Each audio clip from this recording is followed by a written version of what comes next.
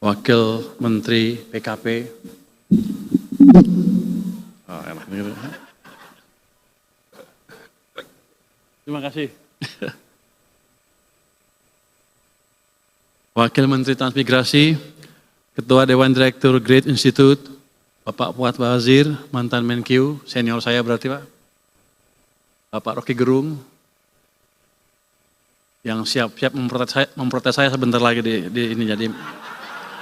di medsosnya di beliau. Anggota Komisi 5 DPR RI Bapak Musa Rajeksa.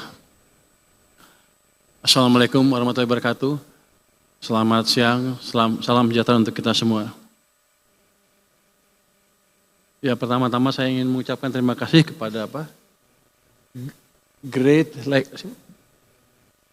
Great Institute yang telah menghadirkan saya pada siang hari ini.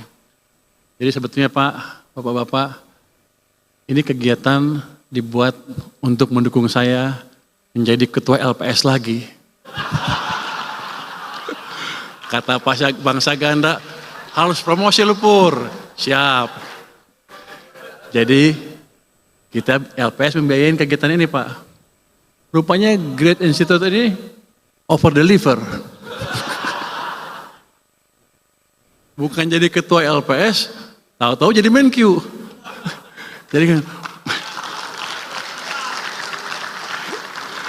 Jadi saya jadi bingung, Bang Saganda gimana ini? Anda salah strategi, kekencengan gasnya, pelanin dikit. Tapi saya bersyukur ditunjuk sebagai Menteri Keuangan, mungkin di posisi ini saya bisa memberi kontribusi lebih banyak dibandingkan di LPS mungkin. LPS juga lembaga penting, tapi duduknya di belakang. Kalau bank-bank jatuh, baru kita bekerja keras. Jadi, tapi di sana gajinya gede.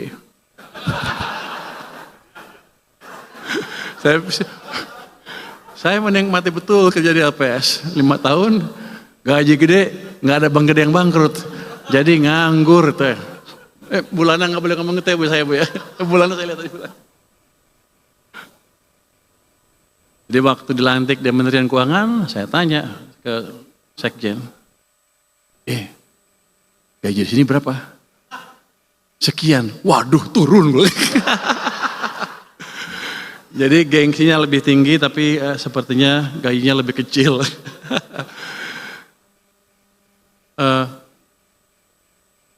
Saya insinyur dari ITB, kemudian belajar ekonomi.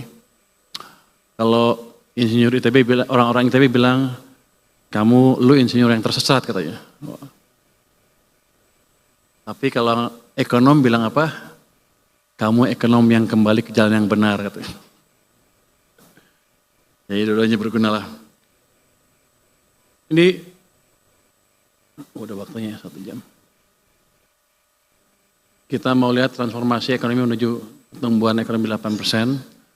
Sebetulnya saya nggak terlalu siap karena kesana sini dalam beberapa hari terakhir ini. Jadi ini nggak tahu, mudah-mudahan masih pas gitu. Tapi ini nggak apa-apa kalau nggak pas. Itu memberikan ruang bagi Pak Rocky Gerung untuk kritik saya habis-habisan nanti. Oke, next. Kita lihat gimana sih kita ke arah sananya. Ini kita melihat tren pertumbuhan ekonomi Indonesia dalam jangka panjang. Itu sebelum krisis 97-98 mungkin rata-ratanya di atas 6, di sekitar 6,5% sampai 6,7%. Tapi setelah krisis 98 kita nggak bisa lari dari 5% terlalu tinggi. Kenapa? Apakah karena kita potensi pertumbuhannya tiba-tiba hilang atau karena kesalahan kebijakan? Next. Padahal kita tahu untuk menjadi negara maju di mana suatu negara keluar dari apa yang disebut middle income trap, suatu negara perlu tumbuh double digit selama lebih dari 10 tahun, hampir rata-rata. Jadi kalau kita menerima nasib dengan tumbuh 5% aja, udah bagus, ya kita dikutuk akan tetap berada di middle income trap seperti ini, seperti sekarang. Ya kalau lagi senang maju ini, kalau agak susah dikit, misalnya lagi down ekonominya, makin susah lagi. Jadi kita nggak akan pernah bisa makmur kalau begitu caranya. Jadi ketika Pak Prabowo bilang kita akan menciptakan pertumbuhan ekonomi 8%, oh saya senang juga, oh bagus nih, kita kejar. Nggak gampang, tapi mungkin. Next. Ini kita lihat, saya sebutkan tadi, negara-negara yang mengalami pertumbuhan, yang menjadi negara maju, itu Jepang. Kalau Jepang kan kita tahu sekarang pertumbuhannya rendah sekali, 0,1. Tapi kita lihat di tahun 60-an, tumbuhnya itu double digit. Dalam waktu yang cukup panjang. Selamat datang Pak Misbakun. Pak Misbakun bos saya, sebentar lagi saya menghadap dia di sore hari ini. Jadi saya harus sambut beliau. Yang di sebelah kanan, Korea Selatan sama juga. Double digit selama puluhan tahun. Contoh yang lain, Cina sama juga. Double digit selama 10 tahun lebih. Makanya Cina sekarang sudah mau menyaingi atau menyusul Amerika Serikat. Next. Jadi kalau kita mau menjadi negara maju, kita harus berani menuju menciptakan pertumbuhan ekonomi yang lebih tinggi. Dan senjata kita cukup besar. Kan orang sering bilang, oh globalnya rusak. Nggak apa-apa kalau kata saya. Domestic demand kita itu adalah konsumen ditambah dengan investasi, itu hampir 90% dari kekuatan ekonomi kita. Kalau kita manage itu dengan baik, ya kita bisa tumbuh dengan baik juga. Cuman sayangnya, orang-orang kita sering lupa. Domestic demand-nya diganggu oleh kebijakan kita sendiri, sehingga ekonominya nggak bisa lari. Next.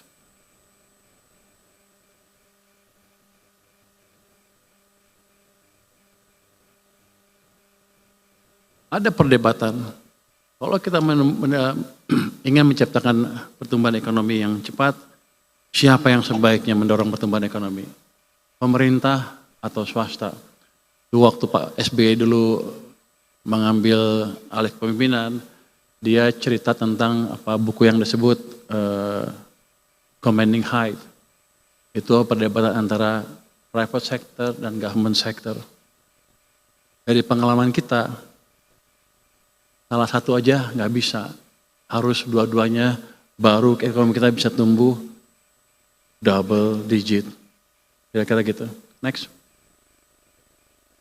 Nah ini kalau ini, saya dongkrak anti sedikit. Saya kan pengen dekat ke presiden sedikit ya waktu itu ya. Ya coba pelajarin Sumitro ngajarin apa sih yang disebut Sumitronomics. Ternyata pilarnya 3 Sumitronomics itu. Ini dipakai di Orde Baru ya. Pemerataan, manfaat pembangunan, stabilitas nasional yang dinamis, dan pertumbuhan ekonomi yang tinggi. Yang dikerjakan oleh Pak Ferry sekarang, itu dan lain-lain, itu adalah pemerataan manfaat pembangunan dan sekaligus menciptakan stabilitas nasional yang dinamis. Jadi program MBG sepertinya program yang aneh, bagi-bagi duit. Tapi kalau kita lihat filosofi ini, sebetulnya itu tujuannya adalah untuk menciptakan pemerataan pembangunan dan sekaligus menjaga stabilitas sosial politik. Itu program yang baik, hanya perlu didukung oleh satu lagi yang atas, pertumbuhan ekonomi yang tinggi. Next. Kita akan cerita bagaimana kita bisa menciptakan pertumbuhan ekonomi yang tinggi. Waktu mulai perang dagang, perang di Rusia, semua orang takut, semua orang tambah lagi perang Israel, semua orang memperkirakan global akan hancur, ekonomi akan hancur, di dunia di luar sana gelap gulita, kita pun prospeknya akan suram. Indonesia cemas katanya. Waktu IMF mengeluarkan prediksi, wah Indonesia akan turun ekonominya, dunia akan turun. Saya bilang, waktu itu ya, kalau sekarang udah nggak boleh ya Menteri Keuangan ya? Boleh nggak ya? Boleh kali ya? Ini kan boleh ya, ini kan aktivis semua. Jadi boleh kritik-kritik sedikit. Jadi saya bilang, jangan percaya IMF. Mereka nggak pintar-pintar amat. Saya ditegur tuh, kenapa kamu gaya koboi begitu? Tapi memang saya tahu mereka nggak pintar.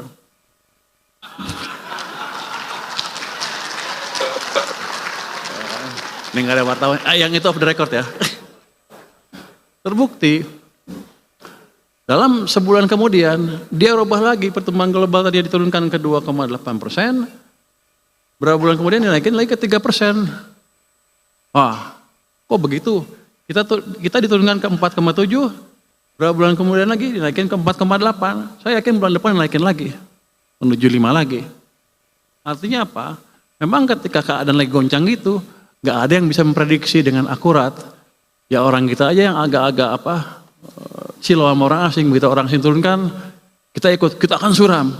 Saya bilang jangan takut, domestic demand kita kuat, kita jaga aja, selesai. Tapi yang ini menunjukkan bahwa ya kita jangan terlalu takut sama prediksi-prediksi asing, mereka nggak sepintar kita juga, nggak boleh ngomong gitu juga katanya. Nggak boleh ngomong mereka nggak sepintar kita. Itu panitia menuduh saya, kamu bilang IMF bodoh ya? Enggak, saya bilang mereka nggak sepintar saya.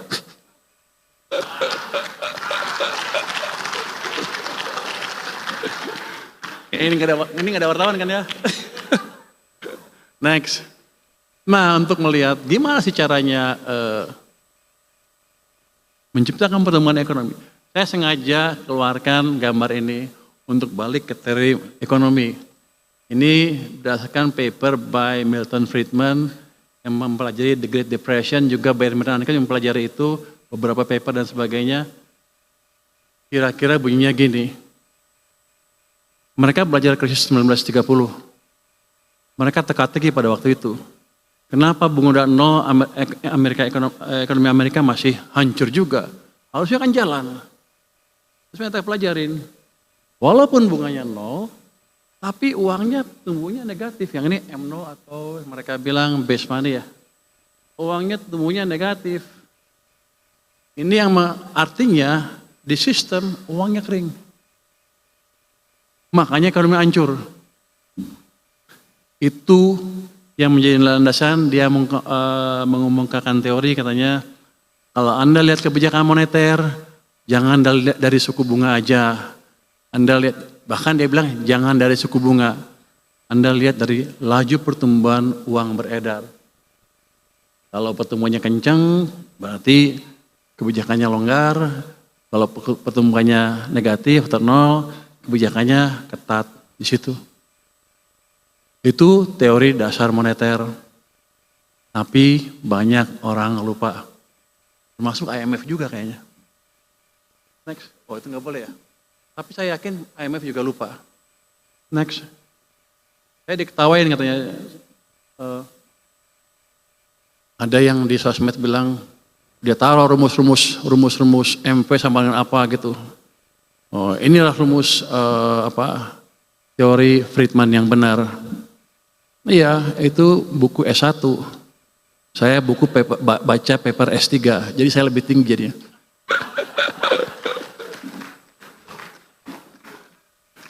Ini menterinya banyak bercanda ya, biar aja lah. Gimana? Di perekonomian Indonesia. Ini nggak ada pinter ya. Sama. Uang amat berpengaruh kepada kinerja ekonomi kita. Saya tunjukin yang gampang-gampang aja ya.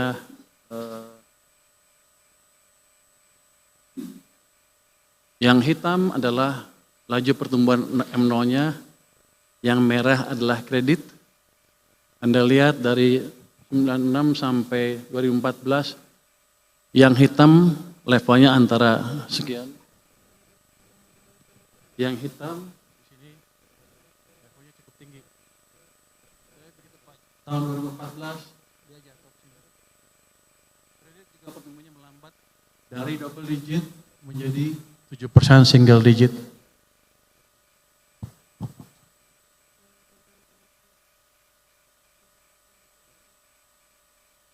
Bahkan Sebelum kita COVID kan 2020 nih.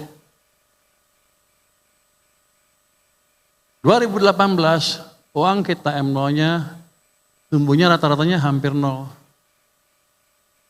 Ekonomi kita susah. Jadi sebelum krisis, memang kita mode pertumbuhannya kalau saya bilang waktu itu, we are in a self-destruct mode. Merusak diri sendiri. Cuman waktu saya di mana ya? Saya di maritim, waktu itu saya nggak monitor ini. Di maritim saya asik mancing aja ngeliatin ini. Tapi tahun 2020, saya dipanggil ke sana suruh bantu ke istana ya. Di sini posisi uang waktu itu, di bulan Februari Maret ya. Ini minus 15%. Hampir kita hancur. Betul-betul dikeringkan uang. Kita paksa naikin. Kita di maritim mana bisa maksa. Ini nggak ada BI kan ya? Nggak ada ya. Maaf kalau ini. Kita paksa dari istana supaya uang masuk ke sana. Ini masih nggak cukup. Di sini kita paksa fiskal, gelontorin uang seperti yang saya lakukan kemarin. Hari ini efektif. Gelontorkan uang kamu jangan taruh di bank sentral, taruh di sistem ekonomi. Akibatnya ekonomi pertumbuhannya seperti ini, kali ditumbuh lagi, kita recover. Tapi habis itu, jadi saya mau ngeritik Pak Rocky Gerung sedikit. Dia suka ngeledekin Jokowi nggak ngapa-ngapain. Ini Pak,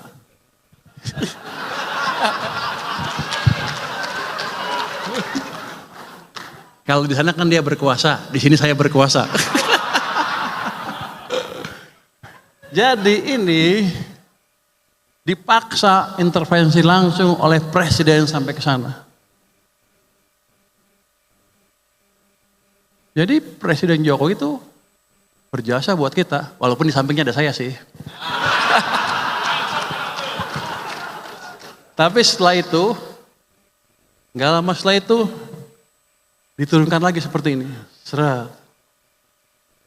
Ini yang Anda rasakan berapa tahun 2003-2004, pertengahan sampai akhir itu, ekonomi susah lagi. Keluarlah Indonesia suram dan lain-lain.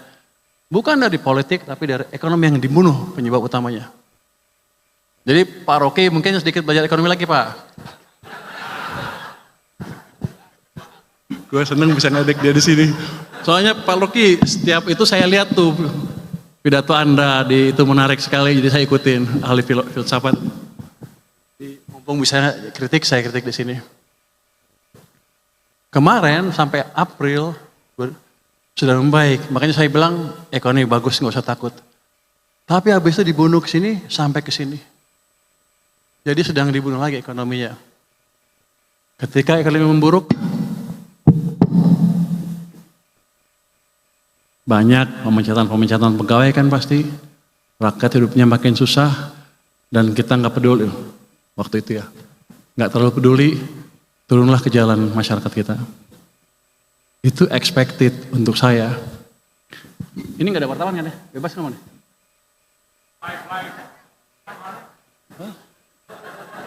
Masa gak aman nih? Aman ya? Media off the record ya. Saya lupa ada ketua komisi 11. Izin Pak Ketua. Jadi kita sedang dibunuh. Kalau ekonomi seperti saya ngelihatnya dia tuh ini jebakan ekonomi. Tinggal tunggu jatuhnya. Kalau nggak cepat-cepat diperbaiki. Waktu itu awal tahun tidak ada yang memberitahu. Saya mau kasih tahu takut. Saya di LPS nggak boleh ngomong begini-begini. Kalau saya sekarang di keuangan boleh lah. Karena kalau LPS tunggu di belakang nggak bisa masuk ke depan. Bulan Februari tahun ini, waktu itu Pak Jokowi masih sehat. Saya ke tempatnya Pak Jokowi. Pak Jokowi, ini ekonomi mau hancur bentar lagi. Itu posisinya di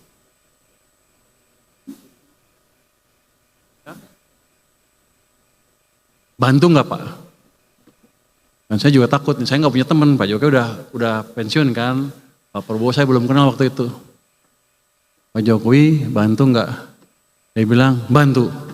Baru saya berani kasar-kusuk kesana sini, mencoba memberikan informasi bahwa ada masalah di perekonomian.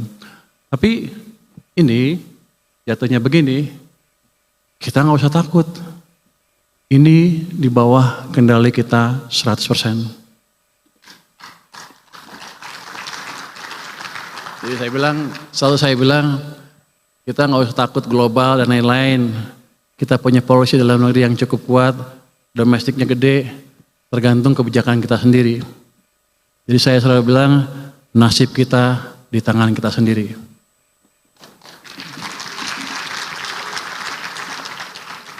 Ini kayak kampanye partai ya. Enggak, kira-kira begitu. Next. Nah sekarang kita lihat nih, kalau menuju 8, gimana sih caranya? Menuju 7 lah. Kita pelajari nih, zaman Pak Jokowi, zaman Pak SBY, bangun infrastruktur sedikit kan, pertumbuhan ekonominya mendekati 5% rata-rata. Pertumbuhan kreditnya 21%. M0-nya 17%. Zaman Pak Jokowi ini kasihan, sepertinya dimusuhin.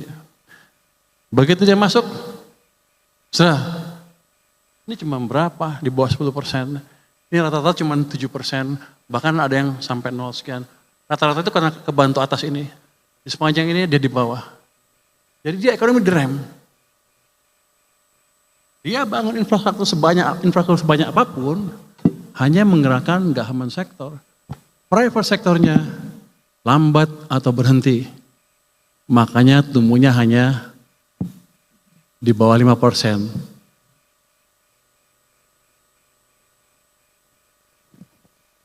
Zaman sekarang, ini dibunuh. Private sektor pasti nggak jalan kalau nggak kita balikin nih.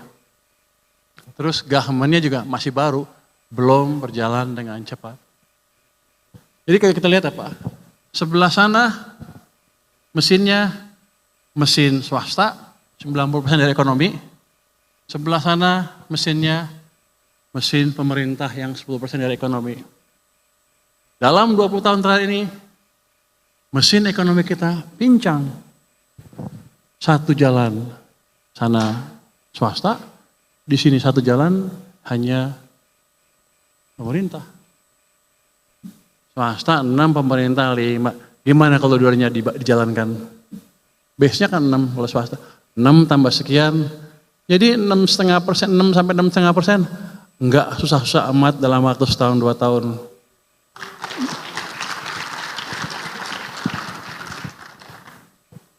Menteri Keuangan boleh ngomong gitu? Izin ya Pak Ketua. Jadi itu suatu modal utama kita. Next. Terus gimana cara mengendalikan uang itu? Next. Ini saya tunjukin aja. Pada zaman Pak SBY, utang turun. Pak Jokowi utang naik, rasio utang ke PDB-nya naik. Karena emang government led, di sana private led. Next. Berikutnya.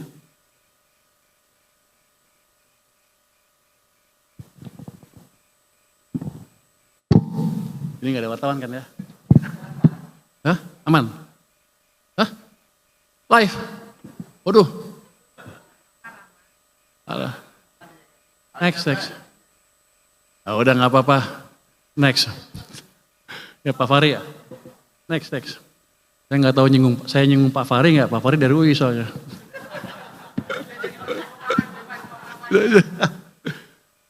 Salah satu yang penyebab kenapa uang itu kering dari sistem seringkali berhubungan dengan kemampuan pemerintah membelanjakan anggaran ya.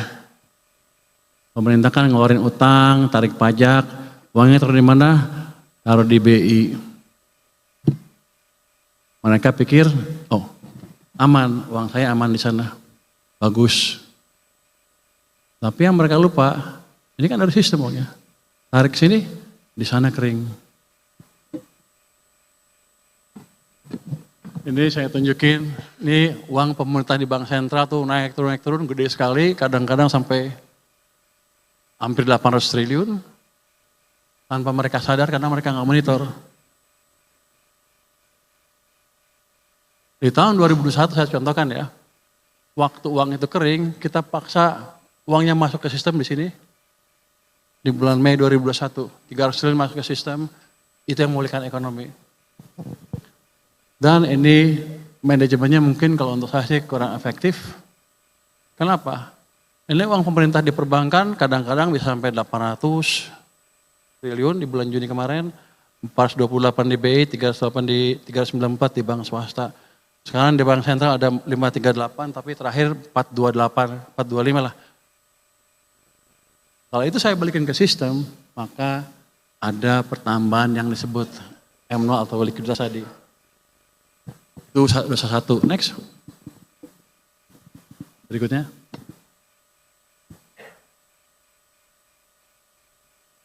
Oh, balik sebentar. Anda perhatikan di sini. Desember 2024. Ini total uang pemerintah di bank 495 di BI, 319 di bank umum. Di akhir tahun mereka punya cash sebesar ini nganggur. Cash itu bukan cash gratis, itu dikeluarkan, didapatkan dari utang lah boleh kita bilang. Jadi kalau bunganya 7%, 8 kali 7, 8 kali 7 itu 56 triliun bunga yang kita bayar untuk uang yang nggak dipakai. Itu efisien apa enggak? Saya nggak tahu. Tapi dari situ aja ada pemborosan, ditambah dari tadi dengan uang yang di sistem, ditarik dari sistem. Jadi kita punya dosa yang cukup besar juga. Cuman pengamat-pengamat nggak ada yang tahu. Pasti kalau Pak Roke tahu udah digilas-gilas sama dia nih. Untung dia nggak tahu. Next. Jadi dampak pertumbuhan tadi terlihat sekali tadi dampak uang tadi saya bilang tadi ekonomi zaman SBY seperti ini, zaman Jokowi seperti itu. Karena supply uang di sistemnya berbeda rejimnya. Next. Tapi berikutnya. Habis ya? Next. Habis. No, yang uang BI mana? Ada tadi. Nah, dosanya bukan pemerintah aja. Bank sentral juga ikut. Ini adalah total open market operation bank sentral. Itu yang netnya 810 triliun rupiah. Jadi mereka menerbitkan surat utang SRBI kepada bank, banknya nol di SRBI. Banyak itu, akibatnya apa? Yang di perbankan juga hilang kan uangnya, masuk sana semua. Jadi uang beredar di sistem perekonomian berkurang. Jadi angka pertumbuhan yang kecil tadi di akhir bulan ini, bulan lalu, 2 bulan lalu, itu karena dua otoritas kita mengeringkan sistem finansial, baik BI maupun keuangan. Akibatnya tadi ekonomi melambat dan kita susah. Ini gampang betulinnya. Balikin aja, potong 100-200. Saya udah masukin 200, efektif besok. Mungkin BI juga tambah 100 atau lebih. Pertumbuhan uang akan cukup, jadi nggak dibuat tinggi sekali, tapi cukup antara 15-20%. Itu bisa membalikkan arah ekonomi kita.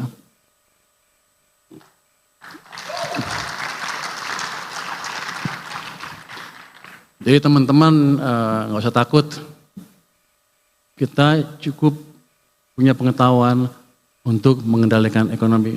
Nggak mungkin lagi kita seperti krisis 1998 lagi.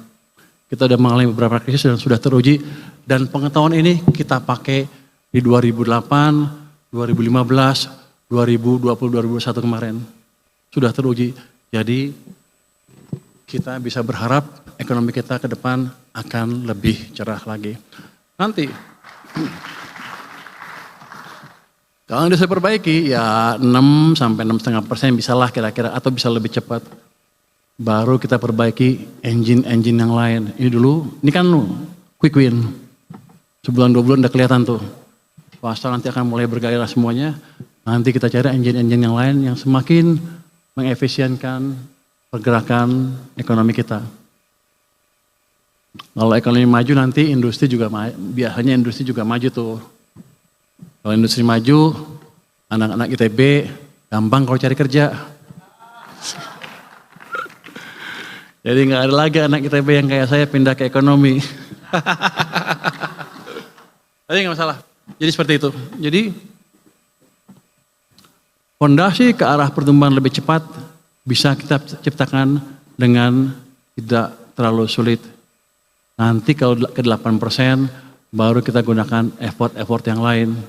Misalnya reformasi birokrasi, perbaikan iklim investasi dan lain-lain. Tapi ceteris paribus ini bisa diciptakan. Next. Berikutnya.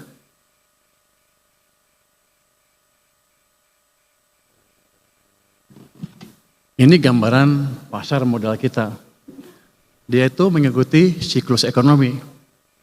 Ekonomi Indonesia tuh bisa 7 tahun ekspansi, tahun resesi, 7 tahun ekspansi, tahun resesi. Bisa 10 atau lebih. Ini saya tunjukkan di sini.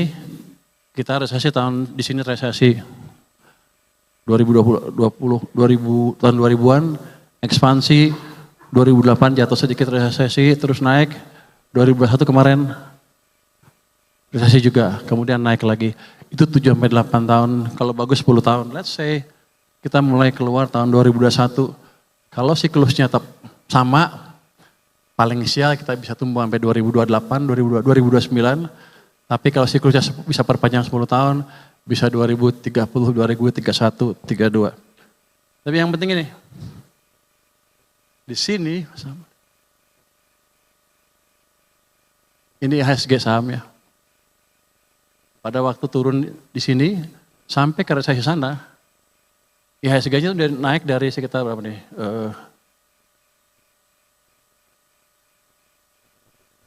1.100 ke sekitar 5.000 lebih.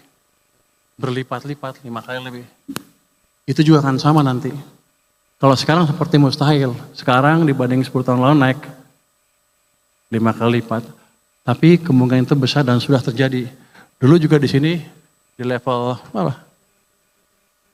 400-an kalau nggak salah. Pas ini diturun di 800, 900. Jadi kalau orang yang suka main saham ya beli saham lah sekarang. Ya Pak Tito ya.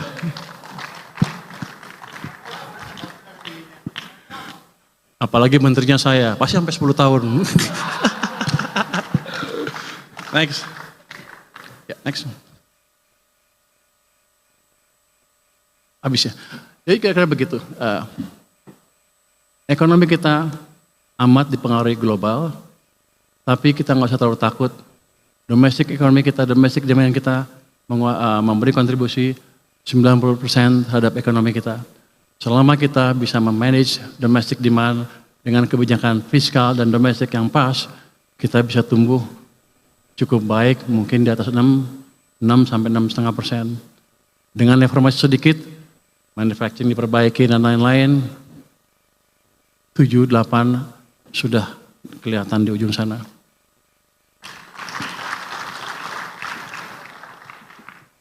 Terus Pak Menkyu mau ngapain lagi? Kalau cuman ngasih duit ke sistem, udah selesai. Berarti besok saya bisa pensiun. Tapi enggak seperti itu, masih ada banyak yang mesti diperbaiki. Seperti tadi, sebetulnya kan fungsi anggaran adalah menciptakan, antara lain menciptakan pertumbuhan ekonomi melalui program pembangunan kan. Banyak kementerian-kementerian yang penyerapannya lambat karena memang belum bisa atau masih baru. Menteri-menterinya dan pejabat-pejabatnya. Ya langkah saya ke depan ngapain, saya pasti dalam jangka pendek Saya pastikan selain mindahin uang ke sana, saya pastikan penyerapan anggaran akan bisa lebih baik. Saya akan set up tim di kantor Menko Keuangan, Menteri Keuangan, lupa. Yang memonitor belanja masing-masing kementerian lembaga, dan kalau kementerian lembaganya nggak bisa, kita akan perbantukan orang kita ke sana supaya bisa lebih cepat menyerap anggaran, supaya dampak pembangunan terhadap ekonomi bisa terlihat lebih cepat.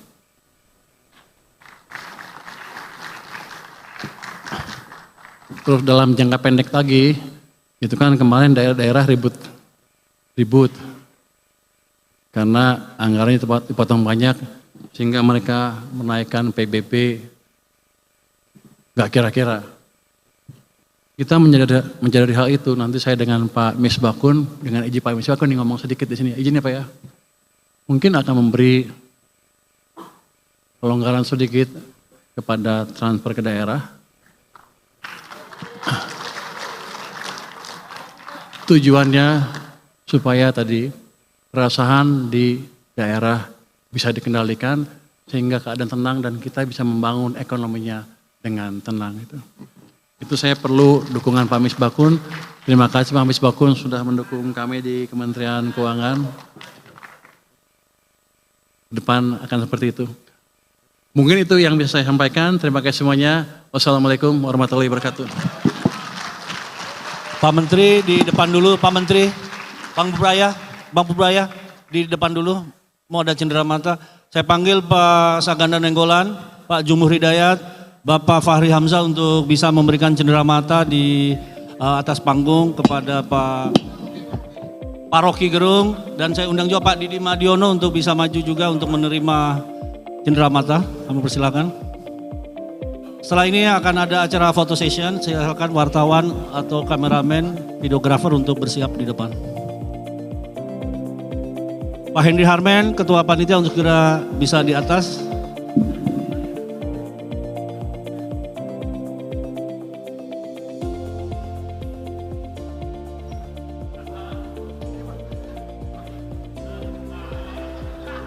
Kita sambut dengan meriah pidato dari Menteri Keuangan Republik Indonesia Purbaya Yudi Sadewa. Berikan aplaus.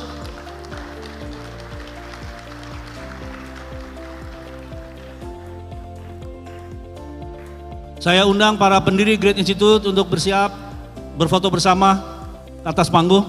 Saya panggil Bapak Anto Sudarto, Bapak Wahyono,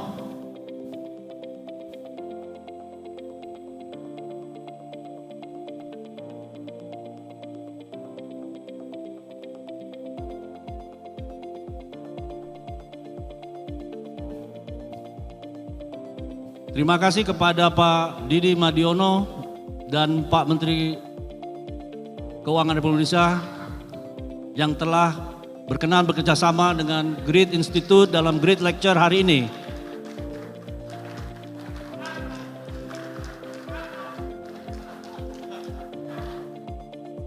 Para pendiri Great Institute bisa berkenan naik ke panggung untuk foto bersama.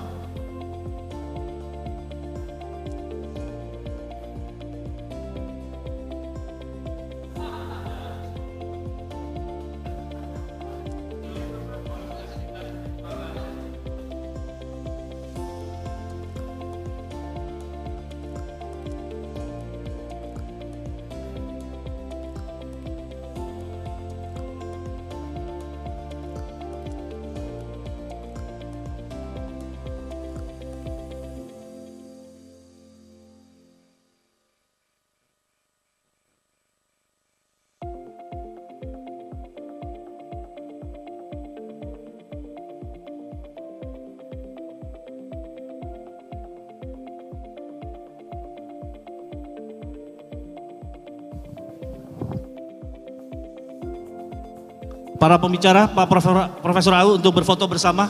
Profesor Wahyu Perdana untuk bisa ke depan. Bapak Haryanto Solihin. Pak Bobi maju. Pak Bobi masih ada di situ,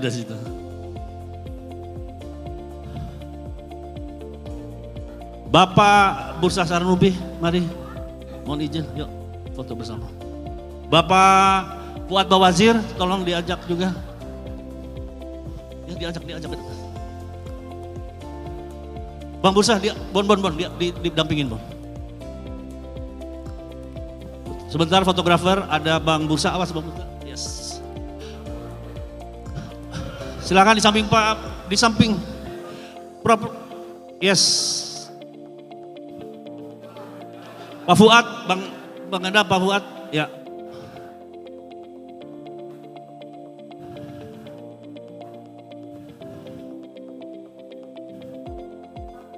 Dengan ini sesi pertama para narasumber telah berakhir, untuk kemudian pada sesi kedua diskusi panel. Pada para hadirin untuk bisa coffee break sebentar 10 menit untuk panitia menyiapkan panggung.